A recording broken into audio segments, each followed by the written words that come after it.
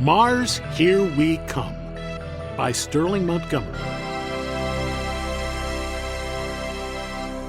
First, the good news.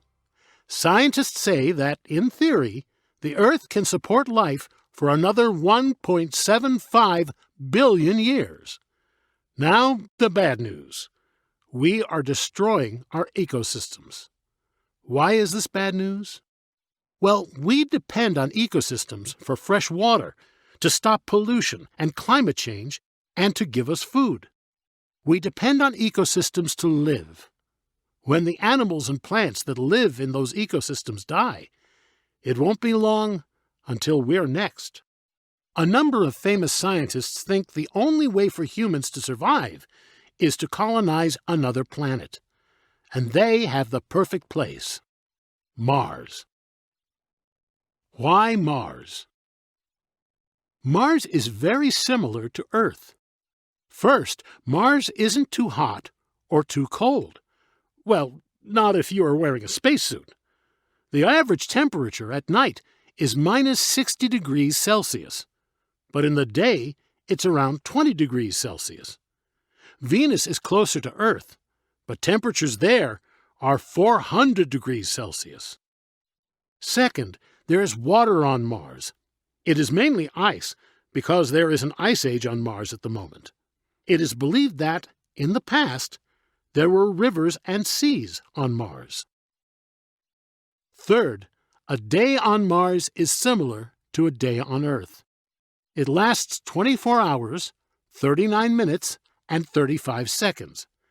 In comparison, a day on Venus lasts almost 117 days. Fourth, Mars gets a lot of sun, so we could use solar panels to make electricity. And fifth, it has a thin atmosphere. This absorbs radiation, a dangerous form of energy. It also stops some meteors. How would we get there? Before we can live on Mars, we have to go there. That isn't easy. It takes a very long time. Mars and Earth are always moving. The distance between them changes. The average distance between the two planets is 225 million kilometers. It takes 9 months to travel this distance. Then you have to survive in space.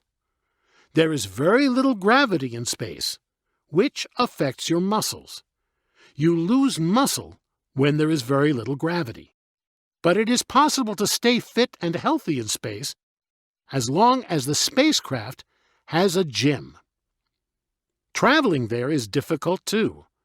Solar flares, explosions from the sun, have a lot of radiation. Solar flares can also destroy computers. Meteors are a problem as well. Not just the big ones, but the small ones too. Meteors the size of a stone can travel at 250,000 kilometers an hour and destroy a spacecraft in seconds. Finally, there is the landing. Mars has an atmosphere and gravity similar to the one on Earth. This makes landing very difficult, and there are no rescue teams on Mars. Okay, so you have landed safely. What is it like on Mars? What would life be like there? Earth is very friendly, but Mars is very hostile. People can't breathe air on Mars like on Earth. But there is carbon dioxide, and we can use it to make oxygen. It's also very, very cold because it's a long way from the sun. The soil on Mars may not be safe.